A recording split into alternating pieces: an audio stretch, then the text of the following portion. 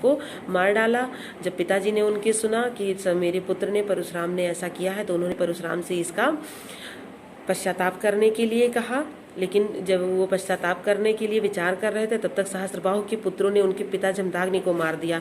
इस पर वो अत्यंत ही क्रोधित हो गए और उन्होंने सहस्त्रबाहु के इसी द्रोह के कारण, इसी जो लड़ाई झगड़ा इस तरीके से शुरुआत हुई, इसी के कारण उन्होंने क्षत्रियों से विहीन कर दिया पृथ्वी को, और पूरे क्षत्रिय कुल से उन्होंने द्रोह कर लिया, सबको एक तरफ से समाप्त कर दिया। तो इस सहस्त्रबाहु की कहानी है इसमें जो अंतरकथा है।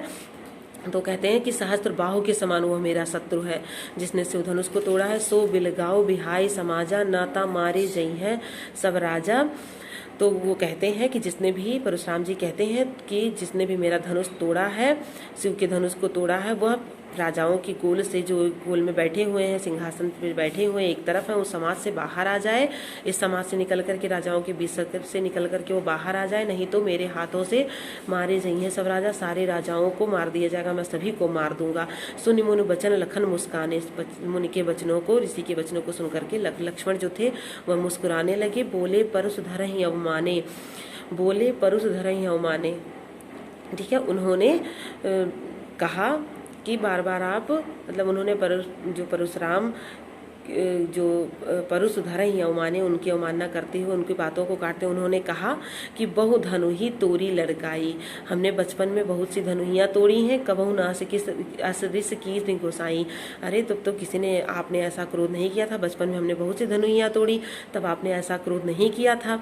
यही धनु पर ममता के ही हेतु इस प्रकार से आपकी इस धनुष पे कैसी ममता है। सुनि रिसाई कहा भृगुकुल केतु।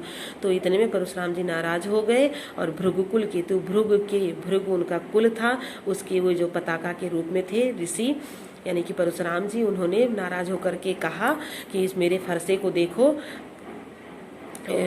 उन्होंने कहा कि नाराज हो गए, उन्होंने कहा रे नृप काल बस बोलत तो ही न संहार। नृप बालक ही राजा के पुत्र, काल के बस में हो करके भी तुम संभाल करके नहीं बोल रहे हो। धनु सम त्रिपुरारी धनु, विदित सकल संसार। सारा संसार जानता है इस शिव के धनुष को, और तुम इसके बारे में नहीं जानते हो? तुम इसको धनु ही समझ रहे हो, तुम इसको धनु ही बता रहे हो। धनु ही के समान तुमको ये शिव का धनुष लग रहा है, जिसको सारा संसार जानता है कि शिव का धनुष है।